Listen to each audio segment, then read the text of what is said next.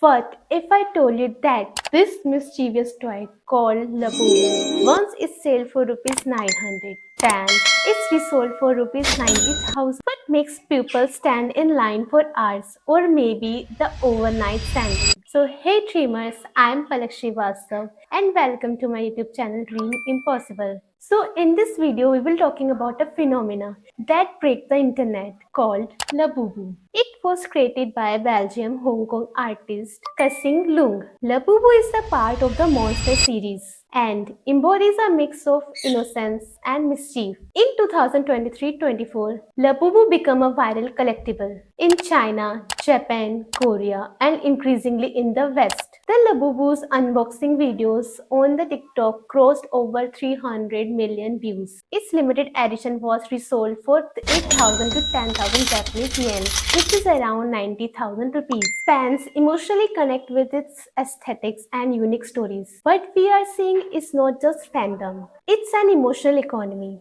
where mastery meets art. Now, let's talk about the puppet master behind the Labubu. Introducing PopMart. PopMart was founded in 2010 in Beijing by Wang Ning, who saw a gap in the market for affordable designer toys. Its core business model is blind boxes collectibles that create excitement. Now, let's talk about its major characters which create sensation. The first of all, their character Molly, which was designed by Kenny Wong. The next one is Timu, which was designed by the Ayan. The up next is Skull Panda, which was designed by the Punk. And at last, the Labubu, which was designed by the Kassing Lung. PopMart turned the simple act of opening the box into an experience, a dopamine-charged ritual. Let's dive into numbers because numbers are louder than the words. The PopMart launched its IPO in 2020, which was oversubscribed instantly. Their net profit is $160 million. They have more than 350 offline stores and more than 2,500 robo machines and vending machines. Their major revenue, which is 70%, is generated from their own IPs. Their global expansion includes US, UK, Japan, Korea, and Singapore. PopMart is not selling toys, it's selling identity, rarity, and culture. Let's dive more into PopMart's story. So, how did a small Beijing shop become a billion-dollar pop culture empire? It started as a gift shop in 2010. In 2015, it collaborated exclusively with indie toy artists. In 2016, their unique model, the blind box model, was boomed. The reason behind its growth is its customers' early adoption of their apps, the gamification, their loyalty system with combined art, retail, and psychology. What Apple did with its phones, the PopMart did with its collectible toys, makes it luxury lifestyle items. Let's talk about its power, its branding. If we looked about its packaging is premium and story driven. They use limited editions model and their pre-order techniques creates hype. If we're talking about their major collaborations, so their major collaborations are with Disney, Harry Potter, and Sanrio. Their fan events, resale communities, and online challenges helps in its strong branding. There each character is more than a toy. It's a storytelling vessel and an emotional investment.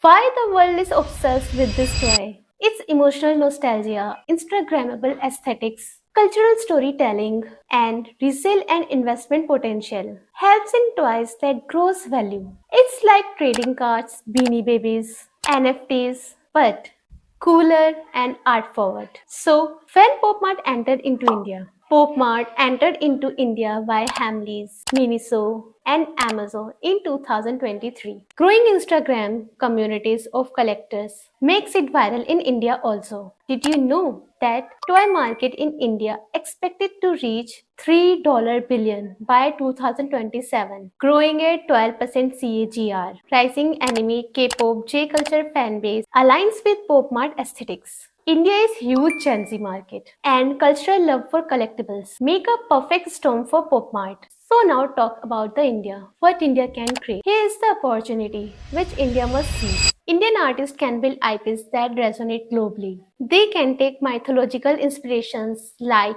from Ramayana, Panchtantra, and folk tales. India can manufacture toys at a scale which can boost the Make in India movement. Why can't we have a Labubu style character inspired by any characters like Tenali Raman? If I conclude this whole video, the Pop Mart started with a unique idea which was its blind box model. Today, it's a billion-dollar universe. The world unboxing Pop Mart toys by nostalgia and design one figure at a time. India doesn't just have to be consumer.